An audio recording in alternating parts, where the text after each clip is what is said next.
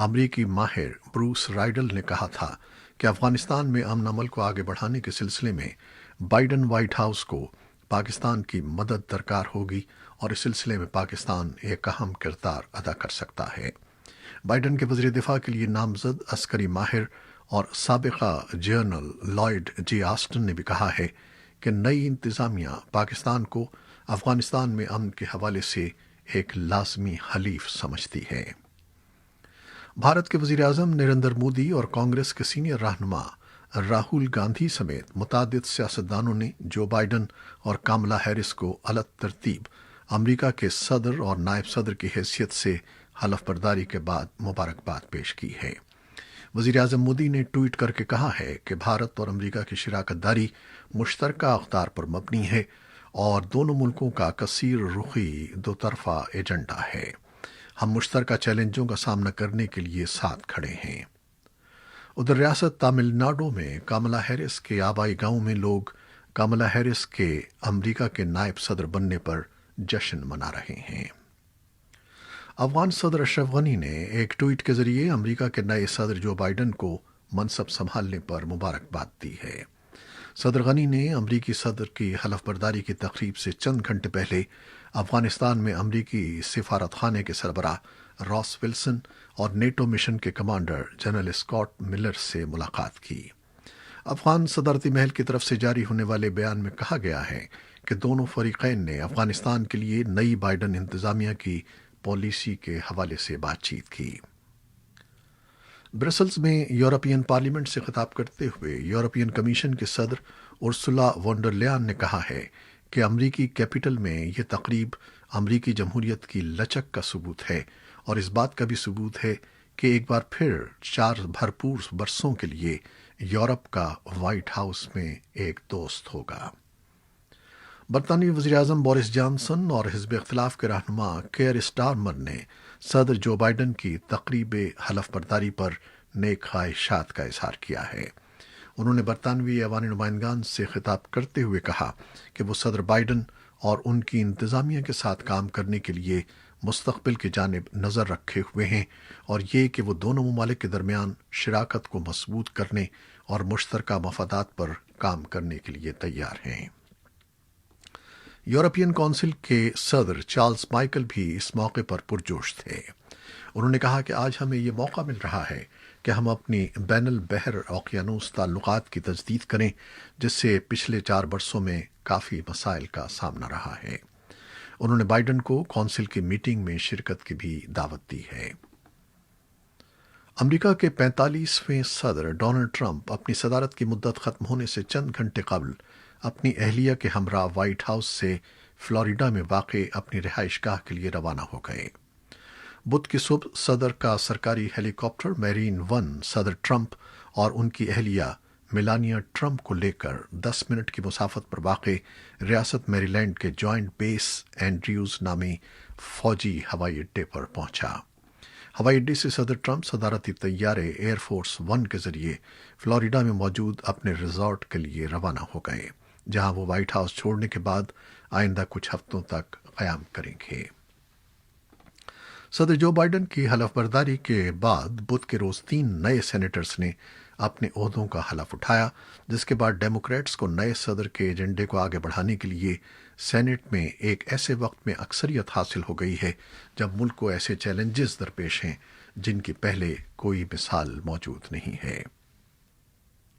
پاکستان میں وفاقی حکومت نے طویل التوا کے بعد پارلیمنٹ کے ایوان زیریں قومی اسمبلی کا اجلاس بلانے کا فیصلہ کیا ہے۔ مشیر پارلیمانی امور ڈاکٹر بابر اعوان کہتے ہیں کہ وزیر اعظم سے مشاورت کے بعد قومی اسمبلی اور سینٹ کے اجلاس جمعے کو طلب کیے گئے ہیں۔ پارلیمنٹ کے دونوں ایوانوں کے اجلاس ایسے وقت میں بلائے گئے ہیں جب حزب اختلاف کی قیادت اور حکومتی رہنماؤں کے درمیان تناؤ پایا جاتا ہے۔ وزیر اعظم عمران خان کی ہدایات کے بعد متعلقہ حکام نے جنوبی وزیرستان کے مرکزی انتظامی قصبے وانا میں انٹرنیٹ کی سہولیات فراہم کرنے پر کام شروع کر دیا ہے۔ حکام اور مقامی قبائلیوں کے مطابق وانا کے مختلف 10 علاقوں میں انٹرنیٹ کی سہولیات جزوی طور پر بحال کر دی گئی ہیں، جبکہ دیگر علاقوں میں اس پر کام جاری ہے۔ وزیر اعظم عمران خان نے جنوبی وزیرستان کے مرکزی شہر وانا میں ایک تقریب سے خطاب کرتے ہوئے مقامی و قبائلی رہنماؤں اور نوجوانوں کے مطالبے پر انٹرنیٹ کی سہولیات بحال کرنے کی ہدایت کی تھی۔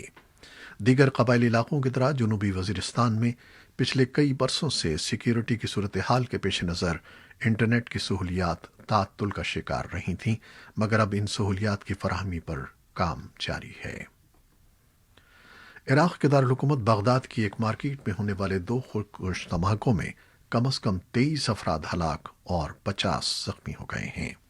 یہ دھماکے بغداد کے تہران اسکوائر پر ہوئے ہیں۔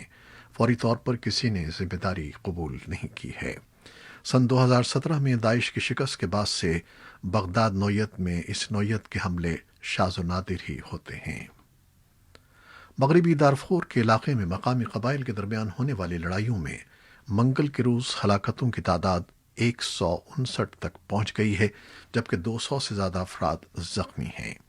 مغربی دارفور میں تشدد کی تازہ لہر کا آغاز جمعے کے روز ایک عرب قبیلے کے شخص کے قتل سے ہوا، جسے رپورٹس کے مطابق ایک افریقی قبیلے مساک کے ایک شخص نے ایک تنازع میں مار دیا تھا، جس کے بعد مسلح عرب عسکریت پسندوں نے بدلہ لینے کے لیے اگلے روز منظم انداز میں حملہ کیا، جس کا ہدف کیرنڈنگ کا پناہ گزینوں کا کیمپ تھا، جہاں مساک قبیلے کے افراد رہ رہے ہیں۔ اس کے بعد سے دونوں جانب سے ایک دوسرے پر مسلسل الزامات اور حملے کیے جا رہے ہیں۔ امریکہ کی جان ہاپکنز یونیورسٹی کے اعداد و شمار کے مطابق اس وقت دنیا بھر میں کورونا وائرس کے متاثرین کی تعداد 9 کروڑ 60 لاکھ سے تجاوز کر چکی ہے۔ امریکہ، بھارت، برازیل، روس اور برطانیہ کورونا وائرس سے سب سے زیادہ متاثرہ ممالک میں شامل ہیں۔ کچھ ممالک میں آبادی کے بعض حصوں میں ویکسین گزشتہ دسمبر سے فراہم کی جا رہی ہے، تاہم افریقہ کے طبی اہلکاروں کا کہنا ہے کہ افریقی ممالک کو اس ویکسین کی پہلی خوراک کی دستیابی میں کئی ہفتے یا مہینے لگ سکتے ہیں۔ امریکہ کے نئے صدر جو بائیڈن اپنے طبی مشیر اینتھونی فاؤچی کو عالمی ادارے صحت کے انتظامی بورڈ کے سالانہ اجلاس میں شرکت کے لیے روانہ کر رہے ہیں، تاکہ کووڈ-19 کے خلاف عالمی سطح پر مدافعتی حکمت عملی وضع کرنے میں مدد دی جا سکے۔ امریکہ کی جان ہاپکنز یونیورسٹی کے اعداد و شمار کے مطابق ملک بھر میں کورونا وائرس سے اموات کی مجموعی تعداد 4 لاکھ سے تجاوز کر گئی ہے۔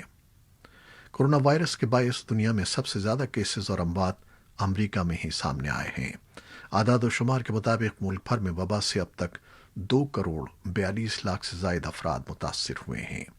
ملک کی مغربی ریاست کیلیفورنیا امریکہ کی پہلی ریاست ہے جہاں اب تک 30 لاکھ سے زائد افراد وائرس سے متاثر ہو چکے ہیں۔ یہ تھی وہ خبریں جو فیس بک لائیو پر ہم نے آپ کے لیے پیش کی۔ ہماری ویب سائٹ اور یوٹیوب پر یہ بلیٹن پوسٹ کر دیا جاتا ہے، جسے آپ بعد میں بھی دیکھ سکتے ہیں۔ خالد حمید کو اب اجازت دیجیے گا۔ اللہ حافظ۔